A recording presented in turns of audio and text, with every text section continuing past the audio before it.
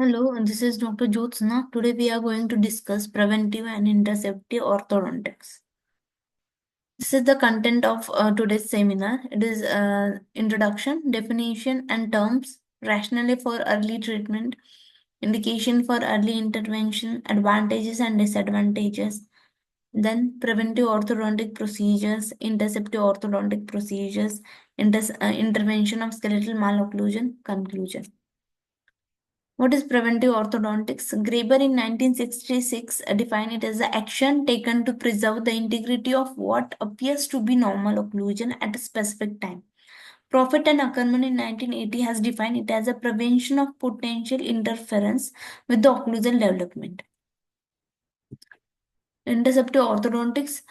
Council on Orthodontic Education of American Association of the Orthodontics in 1969 defined it as the phase of science and art of orthodontics employed to recognize and eliminate potential irregularities and malposition in developing dentofacial complex. Profit and Ackerman in 1980 defined it as the elimination of existing interferences with the key factor involved in development of dentition. Rationale for the treatment. Approximately 80% of the patients are still treated by non-extraction means. The treatment can be completed in one phase. The orthodontist can still capitalize on growth.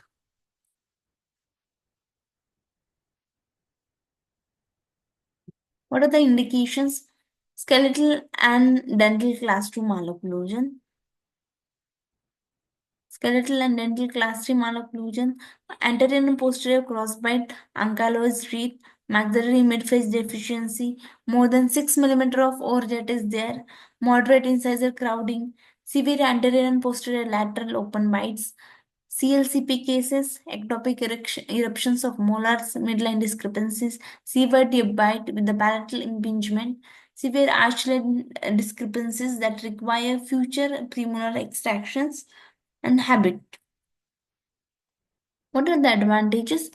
Reduce incidence of premolar extractions, decrease extent or possible elimination of need for the second phase of the treatment, reduce need for the surgical orthodontics, increase stability of transverse and anterior-posterior dimensions, changes with the phase 1 treatment, increase long-term stability of lower incisor alignment, reduce incidence of root resorptions, mucogingival problems, and ectopic cuspid eruptions, better patient cooperations, and need less time, chairside time.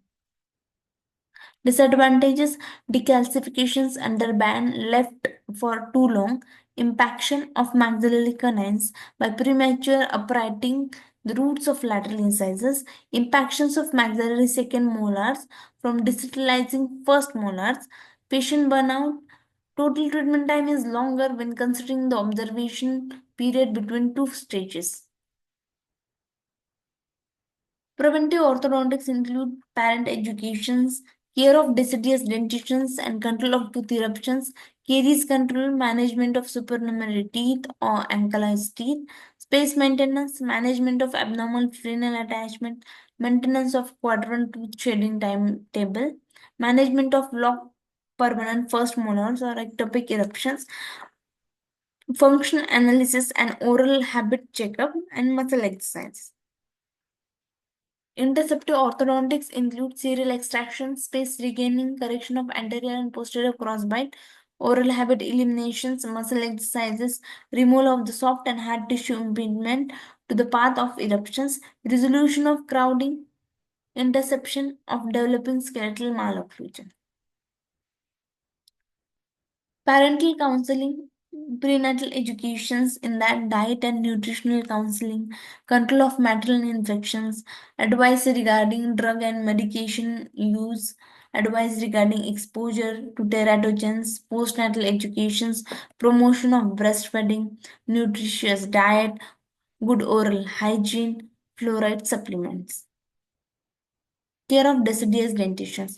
Most significant role in preventive and interceptive orthodontics, importance of the deciduous teeth, excellent space maintenance, guide eruption of permanent teeth, phonetics, aesthetics, psychological development of child, proper form and function determines the health.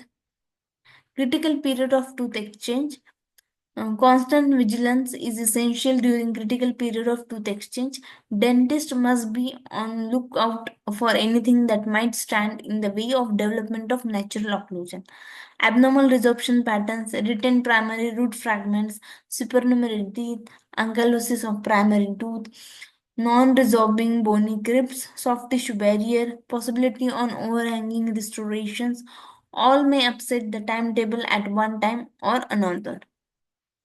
Caries control, proper oral hygiene maintenance, spit and fissure sealants, topical and systemic fluorides, management of incipient and frank carious lesion, proximal caries, if not restored, is main cause of malocclusion, leads to loss of arch length, thereby resulting in lesser space for succedineous teeth to erupt in the right position. Management of supernumerary teeth. They occur more frequently in the maxilla than the mandible. Supernumerary teeth can cause diastema, root resorption, malformations, deviated path of eruption of permanent tooth, impaction of permanent tooth. Management of ankylosed teeth.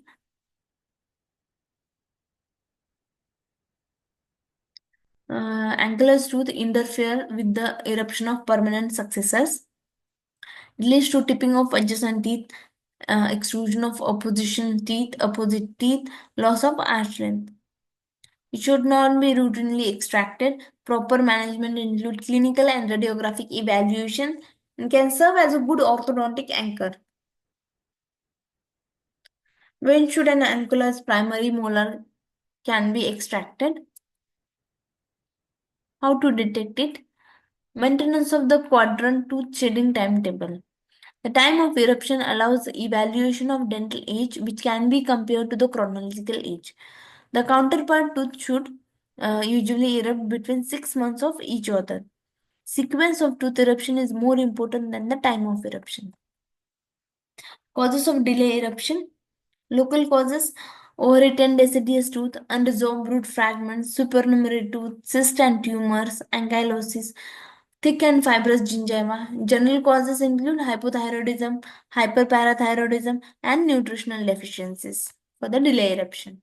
The management of abnormal frenal attachment or maxillary labial phenum. A low attached or thick frenum may cause midline diastema. Space more than 2 mm between central incisor is unlikely to close spontaneously. Best approach: wait for the permanent canines to erupt. Frenectomy before treatment is contraindicated. Post-treatment frenectomy attempted only if continuous tendency for the relapse present. Ankyloglossia. It occurs due to the short lingual frenum. It interferes with the speech development and tongue posture and functions. Surgical release indicated if impairment of function noted. Premature loss of deciduous tooth or group of teeth may lead to following wide range of implications: space loss, speech, aesthetics, psychological effect, and mastication. Space maintenance. Space maintenance can be defined as the provision of an appliance, or active or passive, which is concerned only with the control of the space loss without taking in consideration measures to supervise the development of dentition. It is appropriate only when adequate space is available and all uninterrupted teeth are present and at proper stage of development. If there is not enough space or if successive teeth are missing, space maintenance alone is inadequate. Is the loss of tooth or teeth likely to stimulate the abnormal muscle function or habit? The formation of the abnormal muscle habits such as tongue or cheek biting may lead to open bite malocclusion. Space maintenance can prevent this from happening. The formation of the abnormal muscle habits such as tongue or cheek might lead to open bite. Will the occlusion, though inclined plane action of opposing teeth, be sufficient to prevent migration into the edentulous area?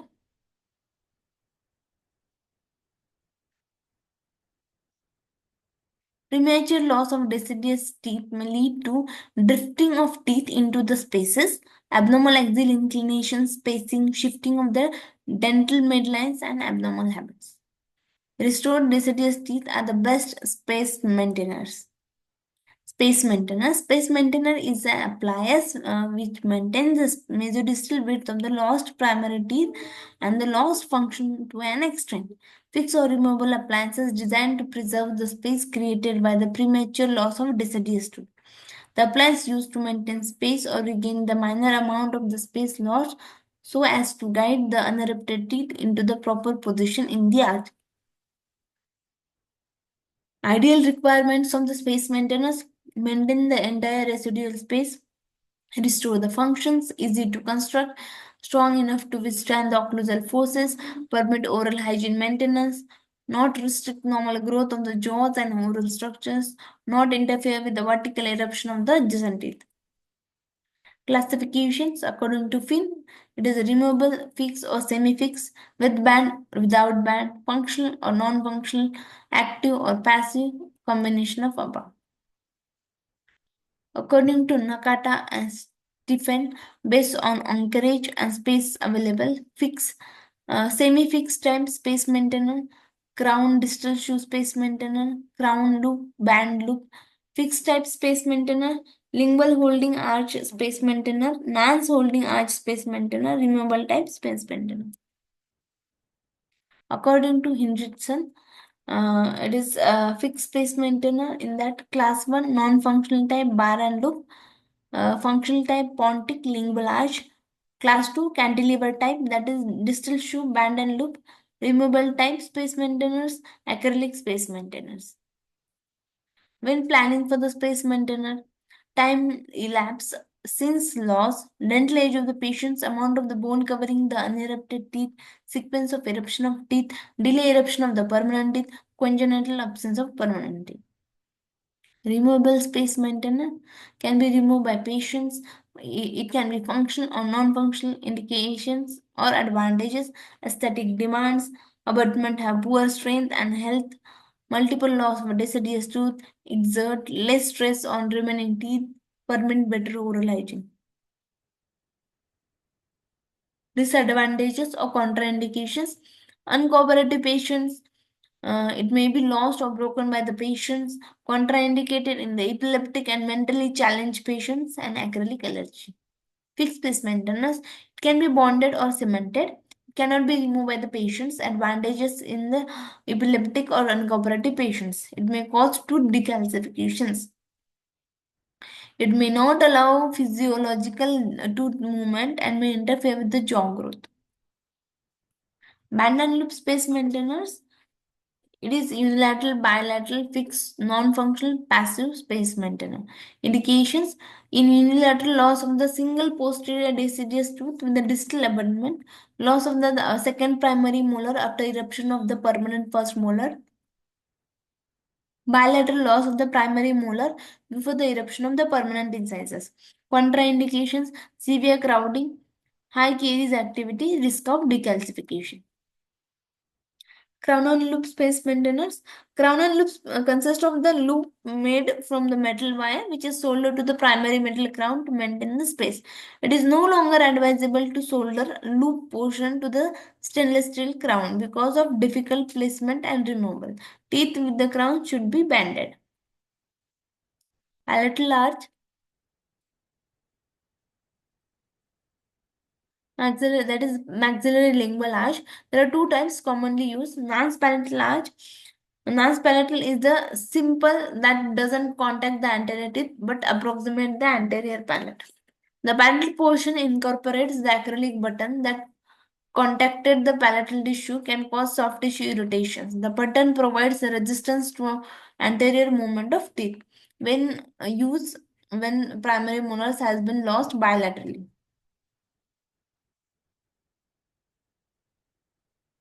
This is one of the videos in which palatal arch was shown. This is transpalatal arch. It is given by Gauch-Garia in 1972. There are two types, removable and soldered. It is used in the correction of molar rotation, molar stabilization and anchorage, and molar distalization. Lingual arch space maintainer. It controls the anterior-posterior movement, prevent arch perimeter distortion, prevent lingual collapse of anteriors, indicated bilateral loss of the single or multiple posterior teeth, space regaining, and minor tooth movement.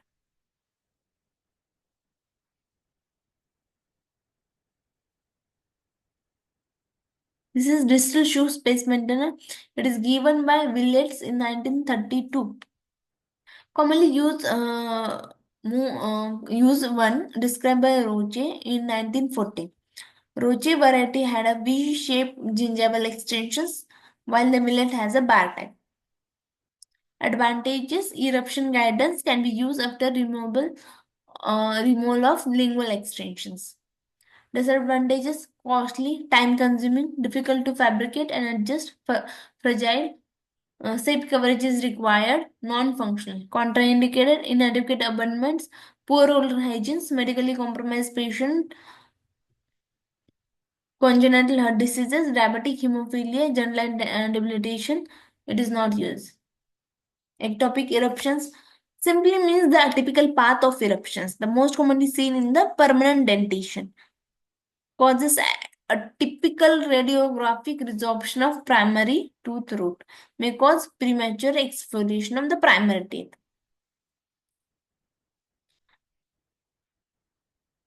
Preventive orthodontics. It covered parental education, care of deciduous dentition, control of tooth eruption, caries control, management of supernumerary teeth or ankylosed teeth, space maintenance, management of abnormal frenum, maintenance of the quadrant tooth shedding timetables, management of locked permanent first molar or ectopic eruption. In cases where there is moderate non-skeletal problems, crowded and irregular teeth, irregular and malaligned teeth in the early mixed dentition arises from two major causes. One is lack of adequate space for the alignment, and second is the interferences with the eruptions. The goal of early treatment is either to prevent the teeth from drifting and reducing the available space for the permanent teeth or create some additional space within the dental arch so that the alignment becomes possible. Localized space loss 3 mm on the least, space regaining. After premature loss of the primary teeth, space must be lost from the may be lost from the drift of another teeth before dentist is consulted. Then repositioning teeth to regain the space rather than just space maintenance to stabilize the situation is required. Up to 3 mm of the space can be re-established in a localized area with a relative simple appliances and good prognosis. Space loss greater than that constitute a severe problem. Space regainer, a fixed or removable appliance is capable of moving a dispatch permanent teeth into its proper position in the dental arch. Space regaining, the process of gaining space lost by drifting of the adjacent teeth following premature loss of the deciduous teeth or tooth. Maxillary space regaining. Premature maxillary first molar can be tipped distally, can regain space with either or fixed or removable appliances, but bodily movement require a fixed appliances. The removable appliances retain with the Adams clasp and incorporate a helical finger spring adjacent to the tooth to be moved with is very effective. The spring is activated approximately 2 mm to produce 1 mm movement per month. For bodily movement, a lingual arch plus a segmental arch wire from the banded primary molar to the tooth to be repositioned is used.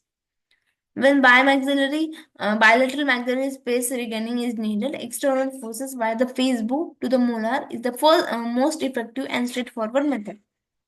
Mandibular space regaining. If the space is lost bilaterally, fixed lingual arch is used. Lip bumper creates a distal force to tip the molar posteriorly. Hence, to forward movement of incisors occurs due to the absence of restraint from the lip against this teeth. This is Gerber's space regainer. This animation shows how a space regainer is fixed onto a molar tooth and can then help to regain the space that was lost. Once the space has been regained, the trapped tooth can grow into the mouth and the appliance can be removed. This simple preventive appliance can help during the development of teeth and avoid further, more complicated treatment.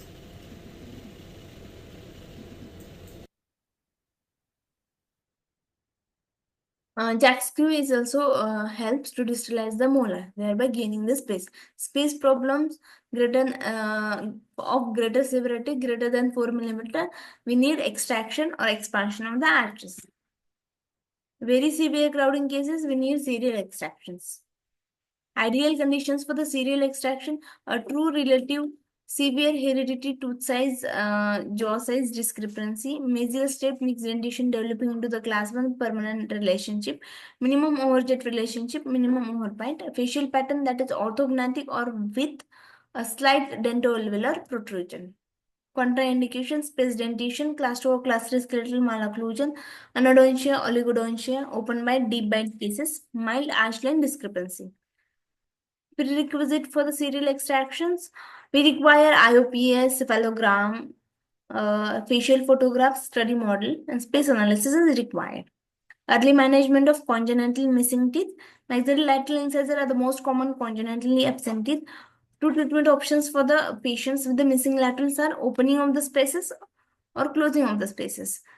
Today, implant has become the restorative of the choice. Mandibular second molar is another common congenital missing teeth. The most important factor is managing these patients at early ages of space maintenance. Occlusal relationship problems, transverse posterior crossbite. It can be corrected with the expansion of the arches.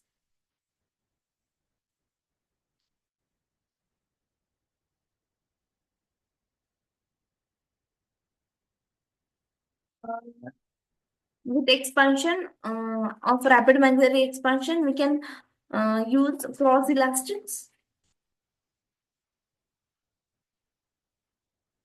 Anterior crossbite can be corrected with the help of tongue blade therapy or Catalan's appliance. It is the appliances with the 45-degree angulations which forces the maxillary teeth into the more labial position.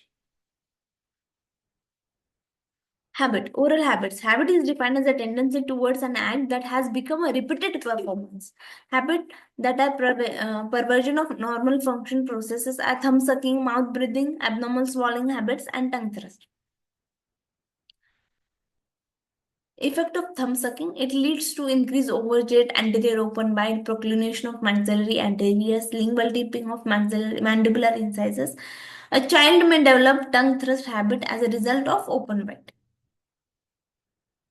This is the video showing Over time, thumb sucking can have a dramatic impact on the alignment of teeth. A thumb habit appliance can help break this habit. The appliance makes it impossible to create suction, which is where the feeling of satisfaction comes from. Once the habit is broken, the teeth will start to return to their natural position.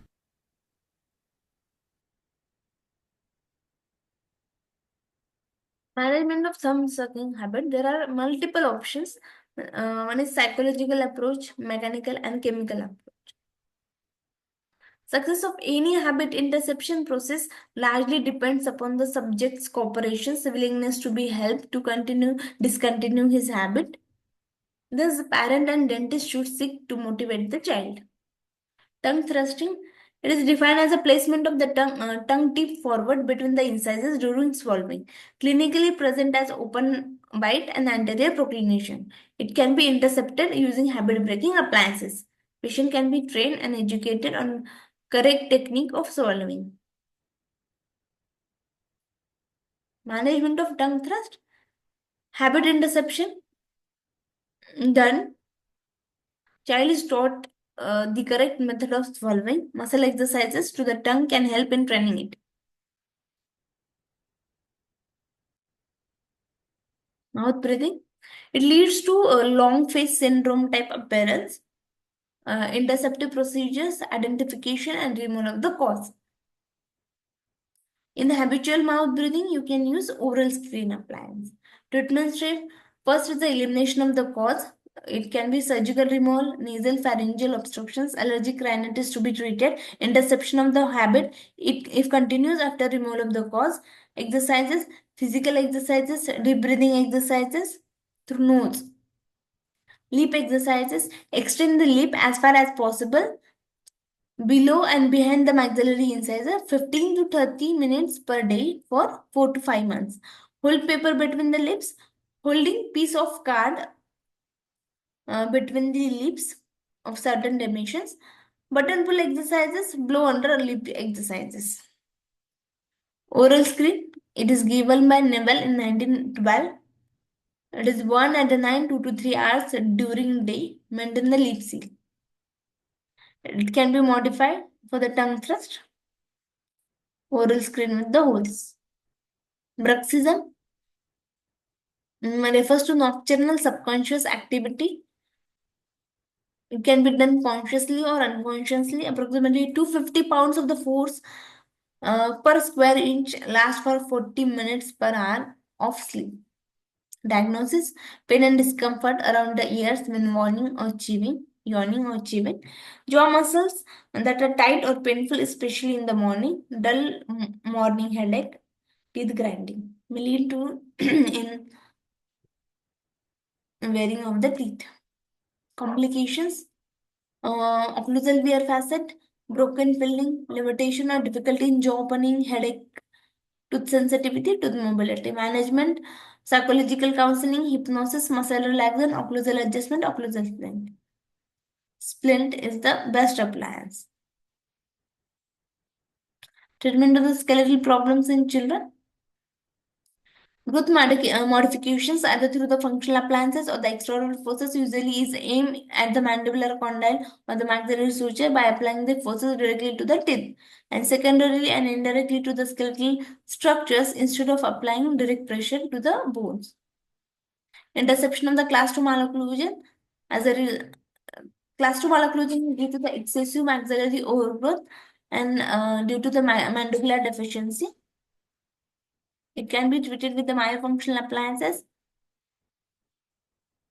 Chin cup, for the class 3 patient, chin cup with the headgear, it helps in the restriction of the mandibular growth, while Frankel or face mask therapy is used for the construction of the maxillary deficiency.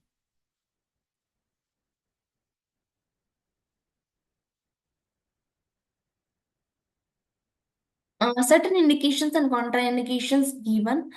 Turpin in 1981 developed positive and negative factors for deciding when to intercept a developing class 3 malocclusion.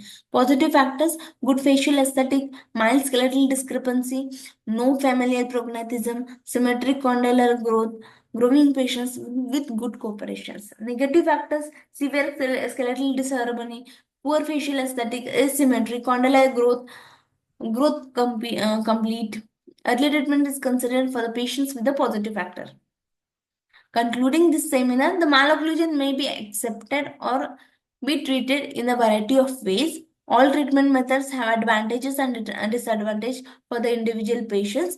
It goes without saying that interceptions must have a place in armamentarium of each and every one of us. One should not delay treatment when the beneficial effect of early treatment are well known.